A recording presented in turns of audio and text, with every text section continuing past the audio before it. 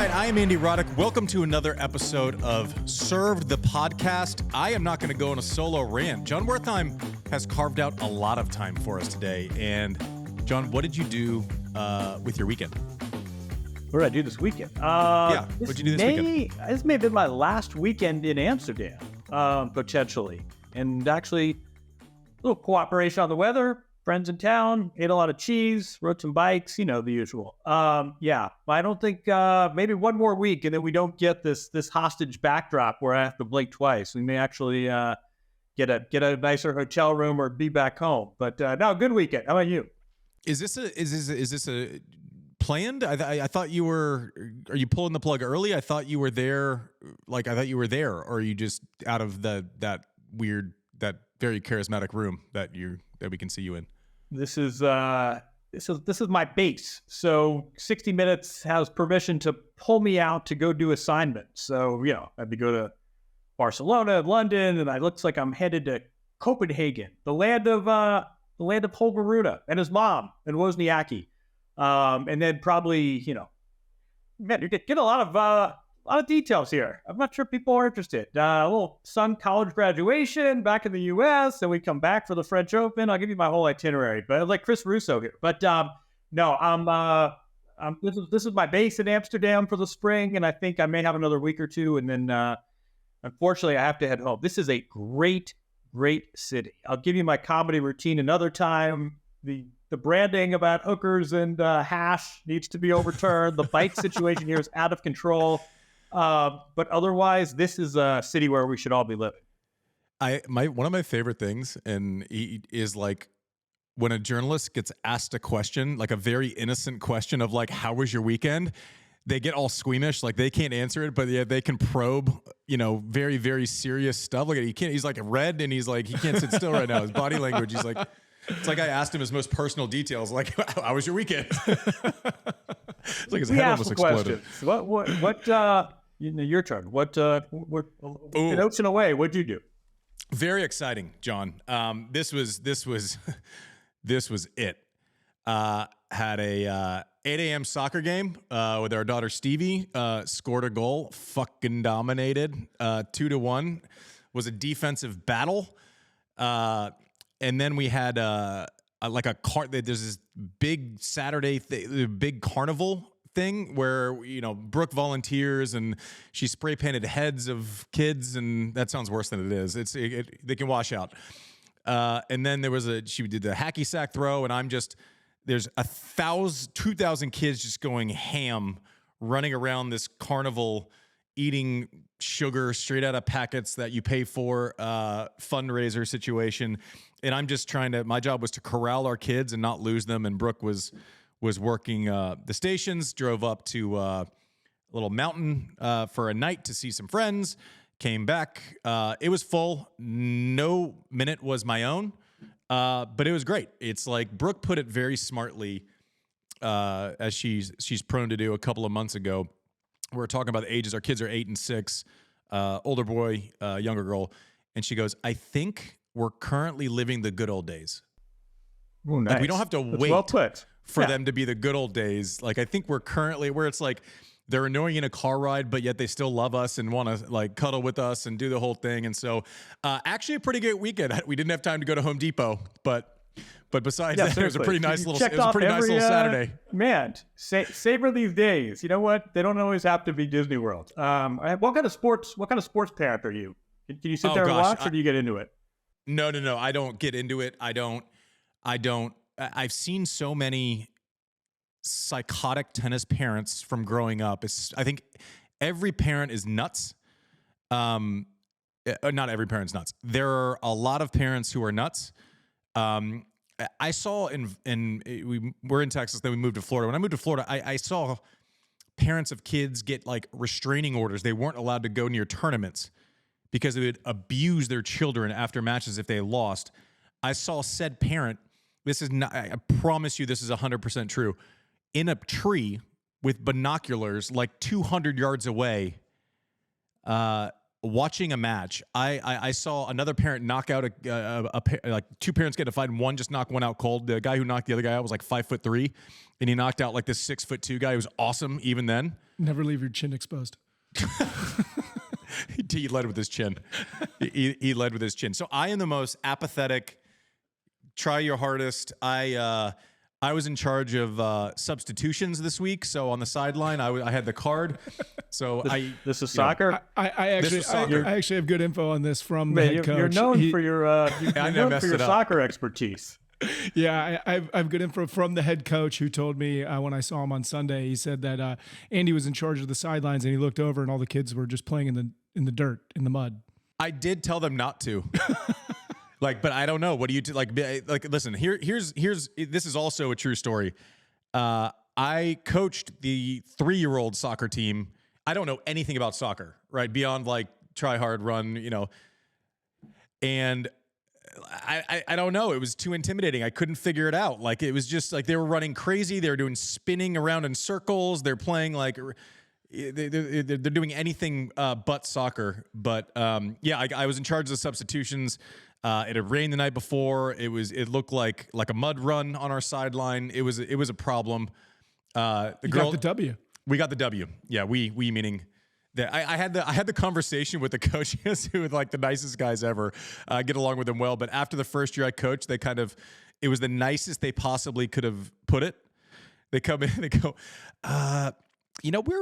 we're interested in coaching next year. We'd like to take over if it's something it just basically, it was like I got fired from the inside, and they wanted to be as cordial as possible. Hold your breath. You want some unsolicited advice? I sound like an old man here. Don't give up that position, right? You dream about coaching Little League. You're, I'm going to coach my son. You go in, and all the boys are like, they all know better than you. You say, maybe you shouldn't shoot from half court. Steph Curry does it, or use your left leg. Derek Jeter doesn't use his left leg. The girls are great. The girls are so coachable. They make huge progress. They start out with like, who gets the candy bracelet, and halfway through the season, they're like, you can't tag up from third if the runner isn't that. I mean, the growth gone. Is like this. It's awesome. It's already gone. I was a dumpster fire. They're now a successful little unit.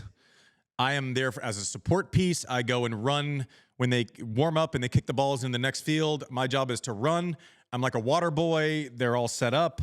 I try to tell them not to play in the mud, but listen, it's free will. What are we going to do? Like, it just, I don't know, but they got the victory. That's where my life is right now. I do podcasts with you, and then I'm basically the ball water boy for a 6-year-old girls soccer team. That's what it is. That's what it is. But I won't make you squeam by like asking you like what you had for dinner last night or anything too personal. I feel like again, you see the Steve Martin documentary? You seen that on Apple Plus? Yes, it's fantastic. Where like he's awesome, but he's so uncomfortable talking about himself. It's a really they really had to thread a needle. He's a fascinating guy. He's had this wild career, but he clearly doesn't want to talk about himself. A little hard to make a two-part documentary when the subject is so is so unwilling to sort of open doors, but they pulled it off. Anyway, tennis. All right, we'll move. I won't get too personal. What do you think makes you a great journalist, John?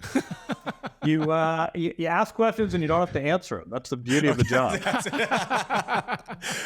Let's get into it. Obviously not a Masters 1000 week. Madrid starting this week, qualifying going on now. I will be on TC Live starting Wednesday evening throughout the entirety of the tournament. I'll be on for Rome as well. So you will be sick and tired of me if you are a TC Live watcher. Two guys that I feel like take out the Novaks, the Alcarazes, the Medvedev, like these guys who are going to put points on the board. Zverev, maybe to a lesser extent. Two guys that really need the clay court season. Like, this is their opportunity to run up the scoreboard. This is their red zone, right? They're inside the 20-yard line. The first two off where this could dictate them being 5 in the world, 4 in the world, or 15 in the world at a given moment. Casper Ruud, Stefanos Tsitsipas, right? Talk about taking advantage of a surface change. Ruud actually played pretty well in the beginning of the season. Hard, not his favorite, but he's certainly a capable hardcore player. Finals of U.S. Open, finals of Miami, finals of World Tour finals. Tsitsipas is finals of Australia. I mean, they're capable, but their best, most effective favorite surface consistently is going to be clay. These guys playing great stuff. Finally, in Monte-Carlo, Tsitsipas wins 1-4, run it back in Barcelona. And Casper Ruud takes the title. Did not lose a set in Barcelona. This is big for him because he's kind of sometimes had like a slow run into the clay court season where it's like, oh no, he needs to pick up some points. And then all of a sudden he makes a French Open final and that's that. But these guys impressive, especially Tsitsipas. Like he was struggling, right? Anyone who was hitting big could attack the middle of the court. He was trying to find something for this entire season and then to get some space and then create a win at Monte-Carlo, back it up with a final. And now people are saying like this is a heavy schedule. They're playing there's some space in these 10-day events. Like I remember winning in 2003 and the next year, I almost made the finals back-to-back again, but playing 12 matches in 13 days to win Montreal, Cincinnati. The next year I came one short, so I played 11 matches in 13 days. That is impossible, right? That is you feel like a bag of shit after those 2 weeks, and thankfully you have a week before. But these guys have done their job, and now they have 2 or 3 days off before Madrid. They're most likely not going to get scheduled before Thursday. They might even get a Friday start, Saturday. I don't know. They can push it back, but they've earned that rest, and now they can kind of reset, and they're not going to be overloaded, but they do have the matches. Props to them. First title that Casper Ruud wins above the 250 level. Everyone chirping after Monte-Carlo, and it's not as if the guy hasn't played great in big tournaments. He's made 3 Grand Slam finals. Like there's not like a block where he can't play a big match. Well, let me ask you a question. And the short answer, the one-word answer is sports. But I'm not sure there are a lot of pursuits out there, sports, not sports, where you could have one result on one Sunday and then run it back and have the exact opposite result. What's your, the surface didn't change, the conditions weren't particularly different. What's your explanation for why Tsitsipas can beat Ruud on one Sunday, 7 days later, complete opposite result? Explain that to the casual fan, because that's not something you see at, in we don't even have to keep this in tennis, right? I mean, you don't have a UFC fight and they run it back a week later, it's a different result. How do you explain that? Yeah, I mean, even if the conditions change a little, if it's a little bit heavier in Barcelona than it is in Monte-Carlo, the match going in, Ruud played some longer matches going in to the final there. But I actually kind of disagree, because you'll have NBA series that go 7 games where they're flip-flopping games, every week. What I think is like, okay, Ruud he went something like Twitter finger is going to ruin me on this, but he went something like 0 for 8 or 0 for 9 on break points in the Monte-Carlo final. So then it looks like a lopsided scoreline. He wins 2 or 3 of those, we're even Steven, right? And so I haven't looked at the numbers for break points won from the Barcelona match, but I'm assuming it's got to be like, 3 for 7. That's everything, right? You can literally, if I told you to look at one stat for a match that would tell the story, break points won and break points converted. Right, so Ruud all of a sudden misses a couple of shots last week in Monte-Carlo. He had 3 forehands that I remember from the backhand corner, which is what he wants to get around. He creates more RPMs on his forehand than Rafa, if you can believe that. It's not the shot. He doesn't get the space. He's not lefty.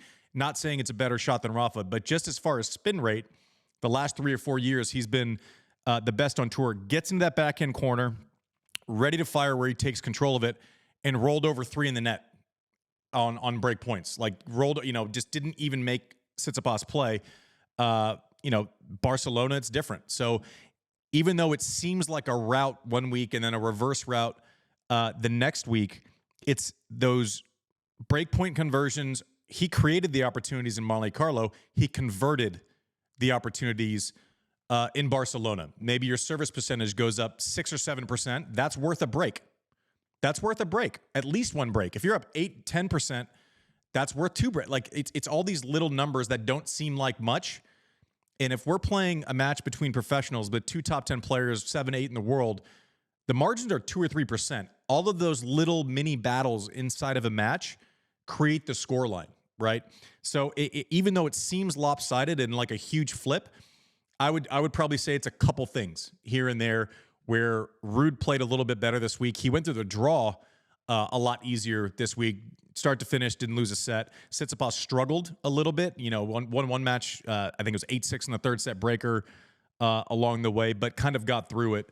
I don't know. Like, you could have two guys box, and obviously they got to put their faces back together. But one could be 4-round knockout, one could go the distance. It just matters time and place, and if you miss your shot to throw that uppercut, and then you got to wait 4 rounds for that same opportunity. It's the tiniest things at the highest level of execution that dictate a scoreline or dictate a result. At this point, they can all play, especially towards the latter rounds of a tournament. You don't get to a final often and have someone lay a turd, right? Like, they're playing well. They've won 5 matches already.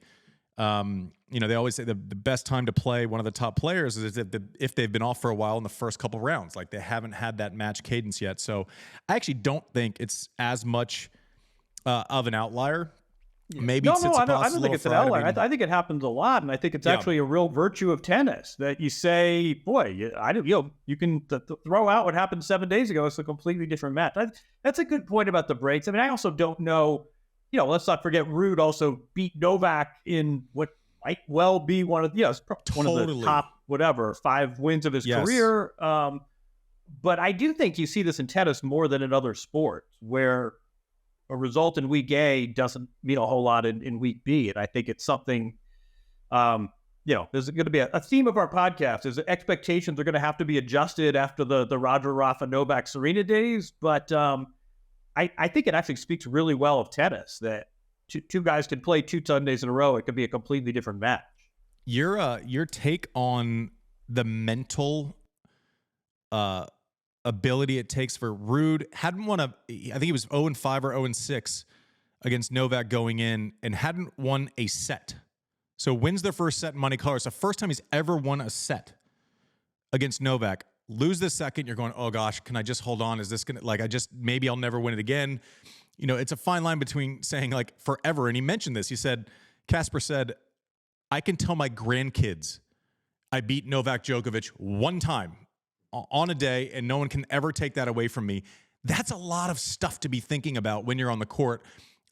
When you were saying that, like the mental toll it takes, and I think it's absolutely accurate. I think mental effort is a choice, but what you have mentally and how exhausted you are isn't a choice, right? Effort's a choice. Those often get confused. I went back to my last year on tour, as you were saying it in my head. I spent a decade pretty much only losing to Roger, and then the last year for like 4 months, he's like kind of like one of the only guys I could beat. In Miami, it was like round of 32. I was playing like a donkey all year, like an absolute donkey, and that might be offensive to donkeys.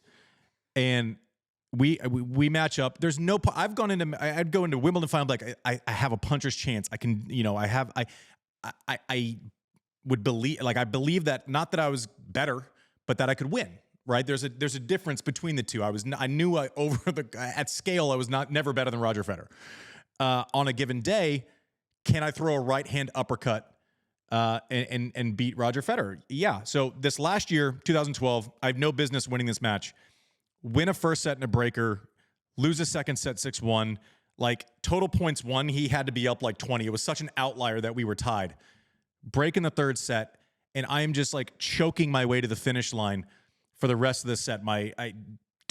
Going too deep here, but my agent had passed like 5 or 6 months earlier. Like I had this thing where I was like having open conversations with him while I was on the court, right? It was like, let's just get through. And he was in his hometown. His wife was there, the whole thing. It was very emotional for me. End up winning that match somehow against Federer. I'm 30 in the world and he's like 2. Like it makes no sense. And it was like this joy. I was in the round of 16. Like there was no, it wasn't as if I won a tournament. It wasn't as if I'd been in the round of 16 Miami 12 times at that point. And I'm like, okay, let's turn the year around. I go up the next day against Juan Monaco. Good player, solid player. Also not Roger Federer. Lose 5-0. Literally couldn't get myself to, I had used so much mental reserve in that match against Roger. That it was just, I came out the next day and I was like, I'm trying so hard and I just can't create those feelings. The same physically, mentally, like it just takes so much out of you. So I think that's a great point with Ruud, Novak getting routed by Tsitsipas in the final, maybe not having that mental reserve to convert those break points. A week later, he does. Something I also want to talk about, I don't want to like read too much into one result in a waterfall of an entire season.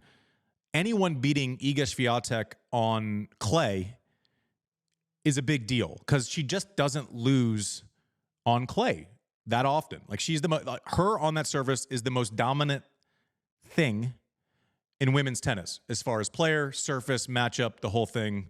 I win a bunch of French Opens. I've won 3 by now. Iga, obviously, not me. I didn't make the second week. Rybakina now has a 4-2 record against Swiatek, beats her on clay in Stuttgart. Is this a real conversation piece? Is this matchup a real problem for Iga, regardless of surface? She was playing her well at Rome last year too. Like this is a weird kind of outlier in this like season of Iga dominance. Am I making too much of this? I'm glad you used the highly technical word weird, because that's what it is. And I feel like it kind of is an encapsulation of her career. This is a generational player, right? I mean, let's just stop now and she could retire tomorrow. She's in the Hall of Fame. This is probably the most accomplished. Yeah, Iga is. Yeah. But just when it looks like she's absolutely ready to like grab the sport by the collar, there's some mystifying losses. I mean, remember, she went to Australia. This was going to be her year. And then she lost to a player who was outside the top 50. And she gets on these rolling streaks, but then we see some really strange losses. I mean, this is a loss to Rybakina is nothing to cry about. But yeah, Rybakina, it was her third win of the year already. Yeah, I mean, exactly. Fifth final. But I don't know what to so on the surface you say, yeah, that's a bit of a strange result, and that's against sort of one of your rivals. On the surface you're supposed to own at an event you're supposed to own, and a big deal was made about who was going to get the car. I don't know if you remember. Iga says, I'll make more garage space, and Rybakina says, I don't even have a driver's license. So we know that we know the automobile awaiting the winner wasn't necessarily the prime motivation. No, I don't know. I mean, you're sort of ready to roll your eyes about Iga and say she's not match tough, and then she goes and like rolls a tournament, and then you're ready to say this player could win 3 majors a year. How is it that so often she's not making the latter rounds of majors? And it's a very strange sort of, in a weird way. I don't know if I've seen this in a long time for a player of her caliber. It actually might be a segue to Mugu if we talk about it. But it's a player of her caliber. There are a lot of strange sort of rhythmic losses where you never would think she was vulnerable, and she is. And then all of a sudden you think she's vulnerable and she runs a table and goes 2 months without losing a match. So I don't know how much we're going to, we're all going to laugh about this the second Saturday in June when she wins another French Open. And remember when all the haters were worried about results in a Saturday tournament in Germany. But it's a strange result. And I think Rybakina's kind of sneaky tough, right? She doesn't give you a lot. There's not a ton of body language. She's not an incendiary quote. There's not a great backstory we all know of, but she just kind of is sneaky effective and sneaky match tough. And she seems to be in full health for the first time in a long time.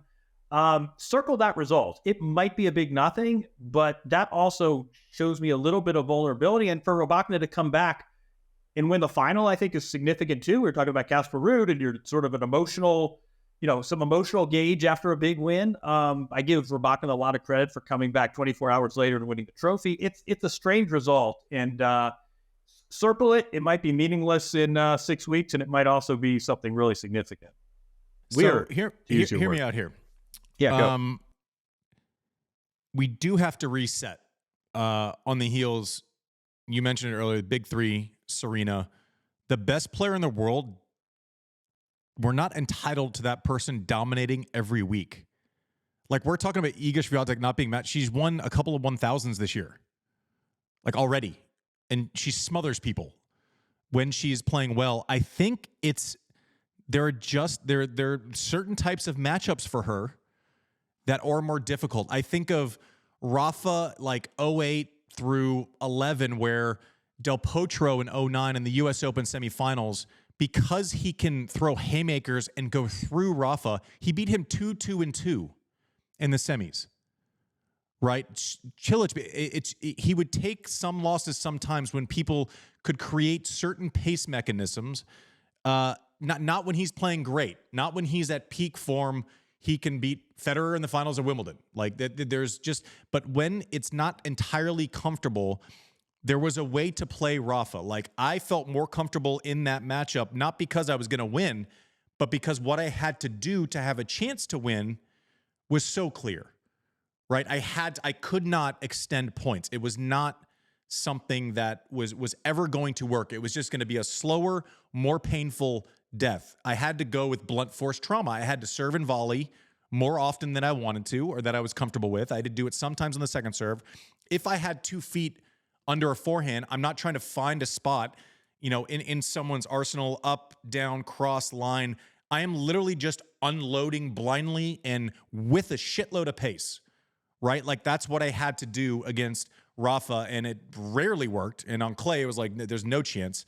But on a fast court, that's like, you could affect him negatively. And it wasn't as if, and conversely, when I played Roger, it was like there are all these like little, he hits that short chip. It's like, you get a read on it? Can I chip and come in on that one or not? Like, can I come over it? Do I need to reset? There were decisions to be made, but they weren't super clear, right?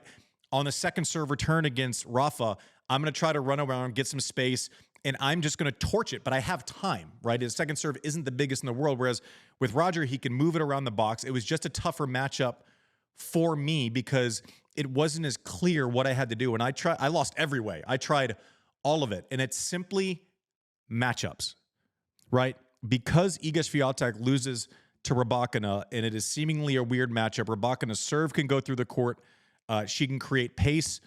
One of her best shots is forehand cross court to Iga's forehand, which happens to be the shot that she doesn't like defending on as much, right? So all of these little things, I just think they lead to a weird outlier matchup that seems to have now been proven with their match last year in Rome, and then with this one now, that it might work on Iga's favorite surface. Now, we got to get outdoors, right? That this is not Roland Garros on powdery, slippery clay where movement is more exposed. This is when you're indoors, it's a lower bounce. It always is. The ball still sounds big. For someone who is a ball striker, which Rybakina is a ball striker, this is a good set of circumstances. So I just think we need to kind of watch that matchup because it might be one of the only ones that Iga is super bothered by all the time. Similar with, if Sabalenka's firing in all cylinders, it's streaky, it's through the court. It's just interesting, but I think this makes, and you're not cheering for people, I just think this makes the rest of the clay court season on the women's side more interesting. Yeah, totally. I mean, and I think Rybakina in a weird way poses a bigger threat to Iga. Some of it is X's and O's, and some of it is just temperamental. I mean, also, who beat Serena Williams in her last match at Roland Garros? Check me on this. I'm pretty sure it was Rybakina. I mean, she can play on clay. This is the Wimbledon champion. She can play on this. And I think, selfishly, from where we sit, tennis is a lot better when we have wavering, when we have these sinuous results and when we have rivalries. I just keep an eye on that result because you're right. It's a different surface. It's indoors. It's a weird surface. It's not necessarily so predictive of French clay, but this was a bit of a strange result given context. Remember, Rybakina has, and I don't know if it's, we probably shouldn't speculate. She's had some post-COVID problems. I mean, it's nice to see her healthy and get through a tournament, which isn't always the case. As long as we're kind of sort of in the vicinity. Let me ask you can I ask you a Rafa adjacent question? Did you see that? Did you see she's playing Darwin Blanch? Darwin's revenge, as the De La Soul lovers in the crowd will notice. No, it's a 16-year-old lefty. This is a very talented kid. We're more of a like Tribe Called Quest guys over here on this side of the pond right now. But I appreciate the De La Soul reference, anyways. We can do Tribe Called Quest. Yeah. We can save that for another show. Rafa plays Darwin Blanch, right? 16-year-old kid. You talk about Casper Ruud saying, "I beat Novak. I can tell my grandkids. Imagine your 16-year-old Darwin Blanch, probably not thinking in terms of being a grandparent, but playing Rafa in Spain. That's one for the memory. Did you have a match like that where you came out and just you were the kid, there was a legend across the net, and you had to figure out how not to humiliate yourself, and maybe even try to win as well? I mean, what is that like? What was your Darwin Blanch? Yep, I have one that is so clear cut to me. First, so I got to number 1 in the world in juniors, got a wild card into Delray Beach, lost my first pro match. Second pro tournament I played, I think even before I'd ever played a challenger, was in Miami.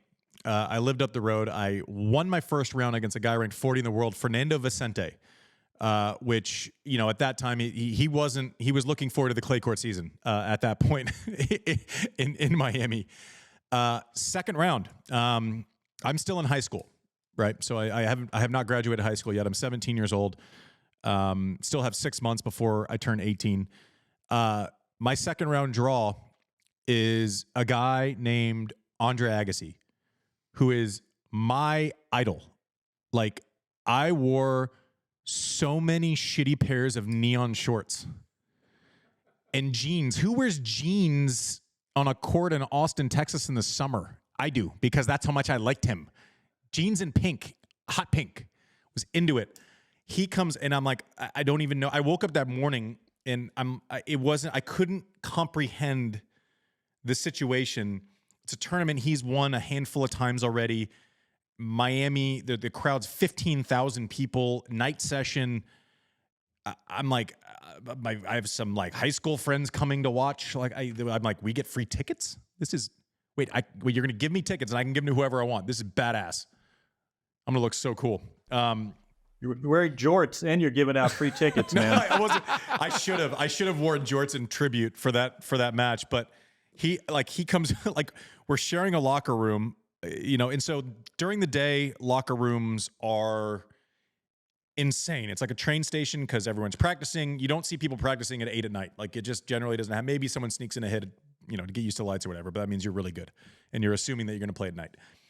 So we're about to tee off.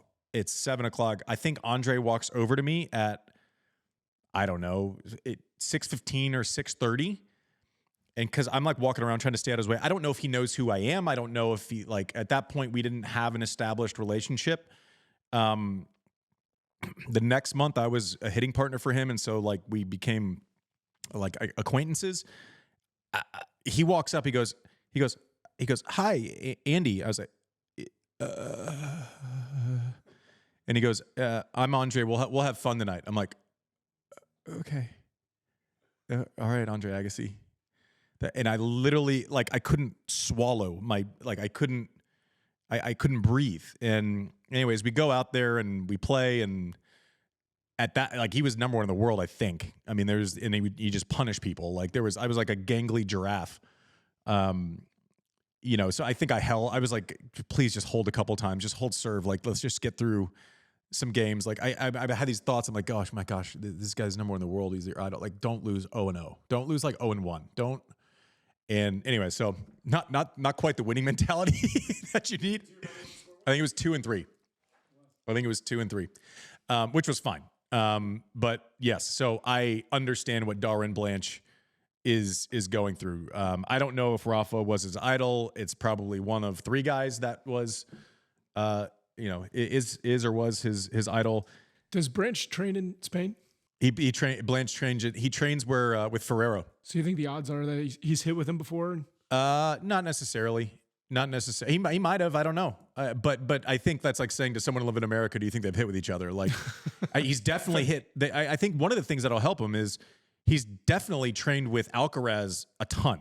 Wait, I'll give you one. He's the lefty sparring partner. So he's hit with. I don't want to swear to this. I think I saw him hitting with Alcaraz when I was there at the academy last year. But he's sort of the lefty stand-in. So I don't know how well he knows Rafa, but he certainly simulated Rafa.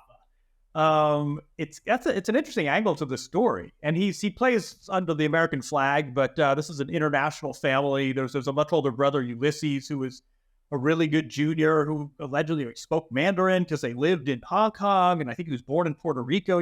This family's been around the world, but it's a really interesting kind of fact pattern. I'm just give Darwin one piece of advice. What are you telling Darwin before he plays Rafa? Breathe. Focus on your breathing. Exhale when you hit the ball. Your feet have to move. Your feet are the first thing to go when you're nervous, when something's wrong. And this isn't even just for Darwin Blanch playing against Rafa Nadal. This is any of you hackers listening to this podcast. When you're nervous for Tuesday night dingles, move your feet. You cannot hit a good shot if it's away from you, if your feet are stuck in the mud. Jeff, our friend Jeff, who I play dingles with all the time, I get so pissed.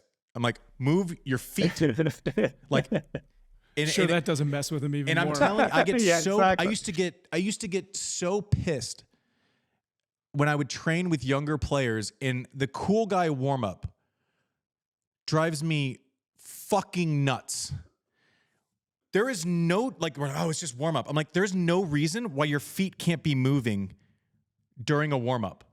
This cool guy when I see like a 14 or 15-year-old kid like hitting shots and looking cool and dragging their feet and like not actually like when Jimmy Connors roasted me one time. Like we start warming up and I'm kind of like, I came out ready to practice like most times. He's like, the 10 minutes, like your footwork is average, tour average at best. Why would you not focus on it for the first 10 minutes when the ball's coming slow? Like, why would you not get those reps in when you're not rushed? Right? Like, and so from then on, right away, like he taught me this cadence and this rhythm, and he probably had some of the best footwork of all time. But like the first 10 minutes you're hitting is like a free run at proper footwork. And coaches focus on swings and paths and look how it looks. And all that shit doesn't matter if you're not set and you can't get to the ball. Bottom up. That's how you coach. You start at the bottom with a young kid and you work your way up. And if the bottom works, you can make a living. I have seen some bad players by tour standard. Ball strikers, don't serve big, can't go through you. Great footwork, and they've been in top 100 players in the world. Bottom up.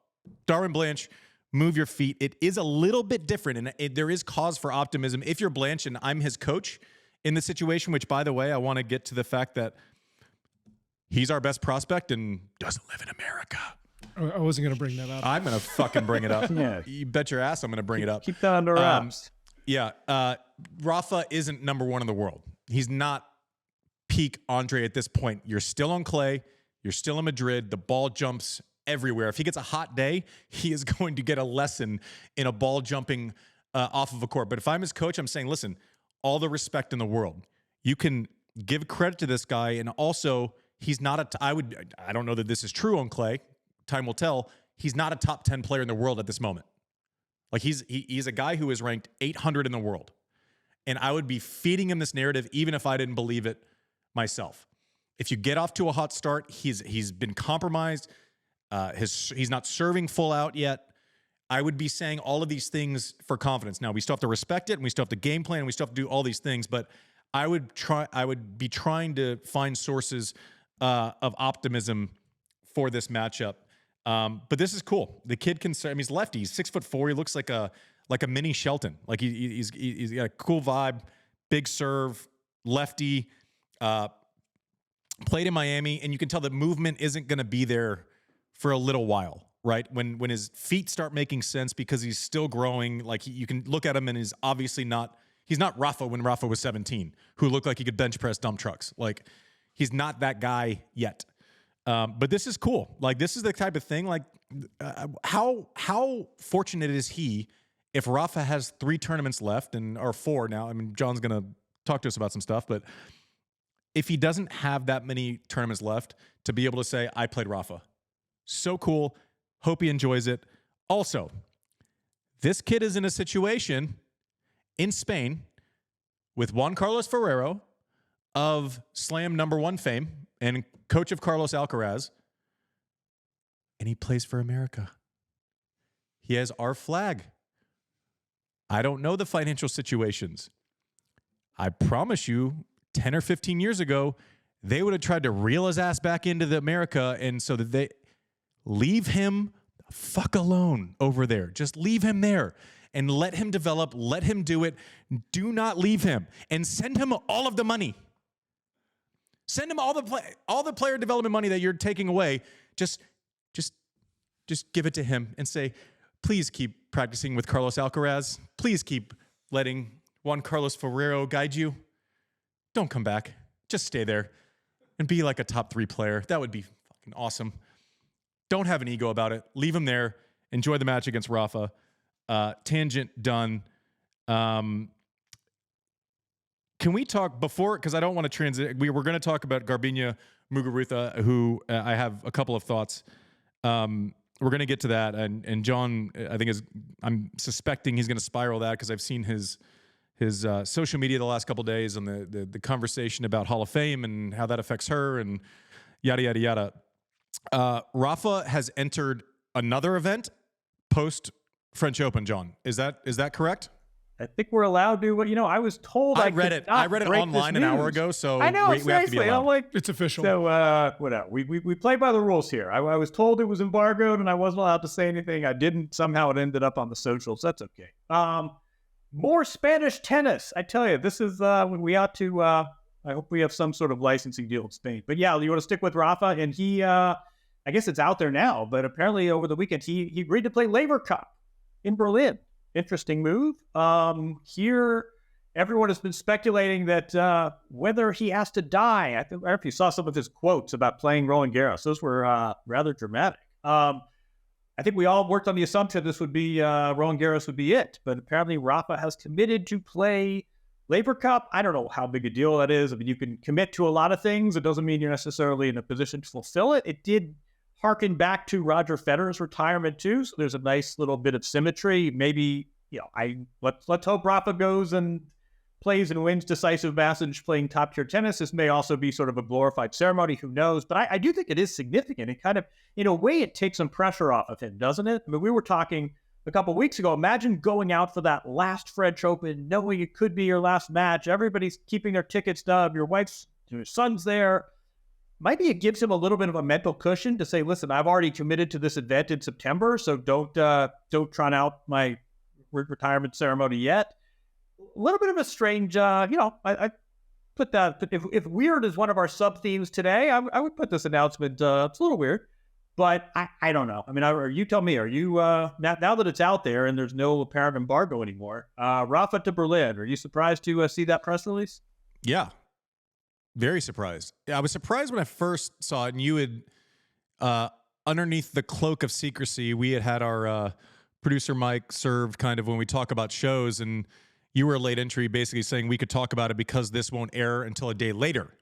So technically that would be okay under your sports journalist ethics lesson that you've put on with this restraint on the Rafa news. It was weird. At first, I was very surprised until I kind of started marinating on it a little bit this morning. So, Laver Cup is one of the best things I've ever seen in tennis because they can create their own matchups. They understand it's an event for the fans.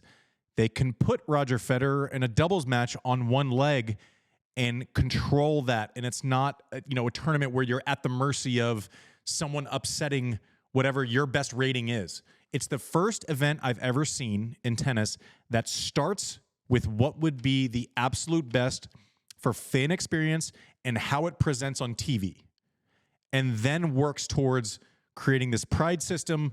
Obviously, they have the budgets to bring in the players, and they've created a unique, differentiated event. Whereas when I first heard about it, I'm like, here's another one of these stupid, dumb things that's going to take up, and I was wrong. Completely and 100% wrong.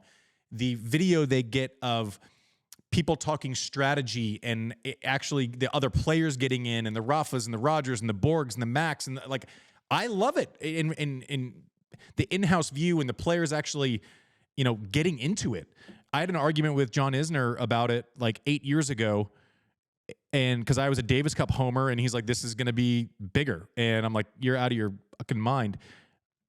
I'll tell you when I'm right about something, and I have no pride at all about when I'm wrong about something. I was 1,000% wrong. Now, you can commit to Laver Cup, and you can play doubles. That's not the same as entering the U.S. Open and playing 3 out of 5 sets 7 times over 14 days. Roger had an unbelievable send-off. It wasn't what he wanted, right? He wanted to play Wimbledon again. He wanted to play the biggest tournaments again. He wanted to go around the world and say goodbye. I think he still wants to do that at some point. But the ability to curate a moment, because you control the entire lever of scheduling, videos, players that come and watch. Rafa, I don't think, was going to play Laver Cup the year that Roger retired, and then all of a sudden he's like, I'm not going to miss this thing. You're out of your mind. I'm going to go pay my respects. Let me wait. Yeah. I like your phrase. Tell me where I'm wrong here. Sure. I think Roger meant a lot to him that Rafa attended. Remember, yes. Rafa's wife was pregnant at the time. Yes. So you mentioned Roger playing one last match. He's, physically compromised to the extreme. He plays doubles. Who does he play doubles with? Rafa. It's this great poetic ending. He's on the same side as his longtime rival. Is it crazy talk? You know where my mind went when I saw that press release? Is it crazy talk to think that we have some symmetry and Rafa's last match on a tennis court is alongside, who do they trot out north of age 40, not having played a sanctioned match in 2 years? Who do they trot out to play with Rafa? Do you think we might get a Roger-Rafa doubles remixed for Rafa's last match? I don't know. We're guessing. So I have zero. I say some things in this show that normally they're based in some sort of conversation, experience, knowing the characters we're talking about, knowing their instincts, knowing what makes them tick. This is pure bullshit fandom speculation that we're having right now. I wouldn't bet on it. Also, it wouldn't be the most shocking thing that I've ever seen in the history of the world, right? So I don't think it'll happen, but you don't know. This makes it, I think it makes it more likely, we see is it Novak, or is it they've played more times than Rafa and Roger have? Is it a official passing of the torch to Alcaraz? Is he the partner? He's already signed up for, but I guess you're making the point kind of that this is a great event for him to sign up for. If he can't play it, he can't play it. Laver Cup wins by him saying he's going to play it. And it's kind of if he does it and this is the last place he plays and he plays doubles, they're kind of creating this place where we can basically curate your goodbye. Like we'll let, we'll make the entire weekend and honor our champions and do the whole thing. And that's kind of a cool identity too. Like that's really cool. They have the ability to pull the levers to make it an unbelievable, unique experience for Rafa. He doesn't have to be in shape to play either 2 sets of singles. I mean, that's what he did in Vegas. He played 2 sets of singles and a breaker. That's what they do there, right? Or play doubles, which is like, Rafa will run more in the locker room before he plays that match than he will on the court, right? Like, so I thought it was crazy town until I actually started thinking through it, right? Like, he is going to leave it out there at Roland Garros. They're probably gonna, huddle up. Hopefully, it doesn't end in some massive blowout injury. It sounds like he is just gonna let it rip, Tater Chip, which is great. I mean, what he said and what you mentioned, like, I'm going to die for that. Like, it sounds dramatic, but that's kind of the mentality that you would have. Right. If you were him, he's just being honest about it. You make the point. It's also the complete antithesis of Laver Cup, right? They can pull the levers, as you say, or pull the levers, as the dad joke might be inclined to say. I mean, they can do what they have to do. They can also spare him the humiliation, right? So part of it is a great send-off, but also we are not going to put you in a situation where you are embarrassed. You are not going to go out there. You're compromised. You're not going to lose 1-1 to Taylor Fritz. So in a way, I think this kind of makes sense. It takes a little bit of pressure off Rafa. Look, it's not my last match. I've already committed to September. And he knows singles, doubles with Roger fancifully, more realistically with not, but he's not going to be humiliated in his last official match. And that probably, that's not irrelevant. Yeah, and one more little kind of tie-in, and I'm not comparing, so just don't take this the wrong way like some of you do. My last tournament that I ever played, the U.S. Open, obviously different from Laver Cup, but I retired early in that event, had another week that I won, survived, did all that stuff. One of my favorite parts about that week was passing people in a hallway, them knowing I'm gone forever, me knowing I'm gone forever, and actually settling into a nice conversation and a goodbye. If you're Rafa and you've been playing all of these guys for so long and you're their idol and they've looked up to you and you've had these experiences, you've had these battles, how nice is it to have 4 or 5 days to say goodbye? Right? Like, and the fans that are going to buy at Berlin are going to buy that ticket. It's similar to Vegas. Like I did the Netflix special. Those were Rafa fans who thought he was never going to play stateside again. They could be right. I would guess he's not going to play the U.S. Open. You're going to get that in Berlin. I thought it was crazy town when you texted. I'm like, there's no fucking way he's going to play Laver Cup after the French Open. And then I started thinking about it, and it makes a lot of sense. Oh, and by the way, he just might get paid for it. Well, I mean, in the Amazon has the documentary for Federer's retirement. It's all based around Laver Cup in 12 days. I'm sure he saw that, and he was like, wow, this is a good way to go out. And maybe it'll be a documentary that comes out of it too. That's the most producer take that I've ever heard on anything is how do we get content? I mean, it's 100% what they're going to do. I guarantee Federer's doc comes out right before this Laver Cup and boom. I mean, if Roger shows up, I almost hope because Roger could exist and he could pass off practices like I just wanted to hit with my friend again, very easily, and then don't announce the lineups. Just have him fucking walk out with Rafa. Can you imagine? Daniel Muguruza is going to fight. I have goosebumps. I literally have legit goosebumps just talking about it right now. I can see him. If I see those two just cruise down for another hit, and oh my God, how good that would be. I had not thought about it yet, John, and now you're saying it, and it's your fault when I'm disappointed. Should we book a trip to Berlin? I think I would go to see that. Yeah, I think I would. John, would you leave your hostage center to come join us? I would go to Berlin's a cool town too, but blink twice if you can go. That would be, it only makes sense that these guys who have been yoked together, these guys have been bracketed together their whole careers would go out the same way. The one little thing that I just want to throw into this is does Novak deserve to be sharing in these goodbyes also? That's. Are you trying to start something? No, I'm not. I'm trying to be I'm trying to do a pot either way. It's going to be why didn't you talk about him being in it? Or, oh, you brought him up at the last minute. There's no win. So I'm over trying. I'm as a fan, I'm also wondering, I would love, Laver Cup can make up their own rules. What if Rafa played a set with each and said, fuck it. I don't care about the rules. Do it. We can get a sign off from the captains. A waiver. That would be amazing. That would be so cool. Anyways, neither here nor there, but it is cool. Anytime more Rafa, when we expect less Rafa, good times. So speaking of retirements, there was a big one this week. Garbiñe Muguruza, French Open champion, Wimbledon champion, former number one. You have been vocal on your social mediums about her case for Hall of Fame. I'm surprised there's been pushback with that a little bit. I guess the internet will hate, half the people will hate everything, but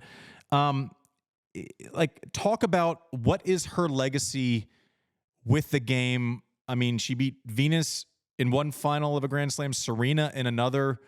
What do you think of when you think of Garbiñe Muguruza? Yeah, this is a two-major winner. I think of one of my favorite tennis stats, which is she won 10 titles.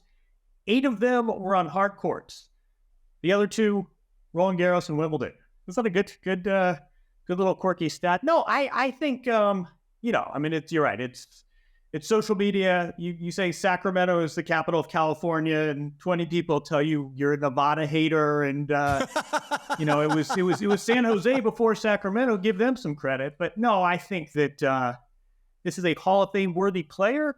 Her results were a bit all over the map, which to me always made her kind of fun to watch. Her careers are not linear. It's entirely possible you'll get to number 1, win a major, and then get bounced in the second round at the next one. I always enjoyed covering her. There was a lot of game. I mean, when you size up careers, a lot of times I look to prize money. I think it's a pretty good metric. She won $25 million.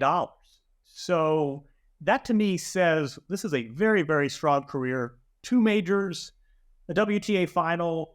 Did she necessarily max out all of her talent? Perhaps not, but I think next stop Newport, and I'm not quite sure why suggesting a 2-time major winner who got to number 1 and won almost 500 matches as a Hall of Famer is a controversial statement, but, social media and all. But no, good for Garbiñe Muguruza. I mean, she was on, it's a little strange, right? We're talking about Rafa and Andy Murray and Stan and Venus. We're sort of doing this retirement, this sort of career goal pool, this obituary watch. I'm not sure Garbiñe Muguruza would be the player everyone had as the next to retire, but She's been out a while on this sort of self-imposed hiatus. I'm not sure how happy she was, honestly, on the tour these last few years. Good for her. 30 years old. She's had a hell of a career. She goes out. Notice she did this right before Madrid. So I imagine we're, of course, taping this prior, but I can't imagine there isn't going to be quite a lengthy and endearing ceremony. Wishing her well, and good for her. She gave a lot more than she took, and we'll see her in Newport. Yeah, she's going to be in the Hall of Fame. And I get it all the time. Anytime I post anything about the Hall of Fame, it's like 1 major. There's different ways. There's counting stats. There's percentage of matches won. You win Wimbledon and the French Open, and you're number 1 in the world, and you win 500 matches. Stop it. It's the most difficult Hall of Fame on earth to get into, based on the amount of players that get in. You're talking, a handful of players every single generation. Not a year. Like, we struggle to put in 1 a year sometimes. And obviously the floodgates are going to open, as we're waiting for these, I don't see monsters like they're human monsters, but just these tennis monsters start coming in. No brainer. And she deserves that day, right? And we talked about kind of the delta between Rybakina's best and when she's less than her best. Muguruza, I have to say Muguruza, because that's another one where I have to say her name the way that they say it in her country, but I did, but it's Roddick in French. Anyways, I digress. She's a Hall of Famer. She's a Hall of Famer. Precedent has been set. If I should be the worst person that gets in, like I say that, no, like I was embarrassed that I got in right away. And I think it's just because I could tell jokes. But you're laughing, but it's kind of true. It's a little true. She's in, and she deserves that day, and she will care, and it's a massive deal. That's where you want to spend your tennis afterlife.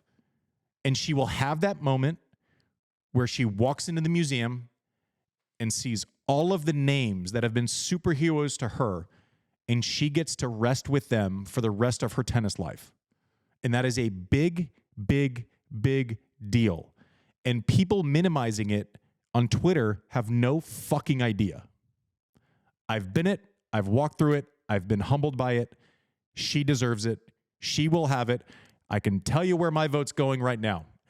And I comb through these numbers, and I'm pretty critical, and I ask a lot of, she's in.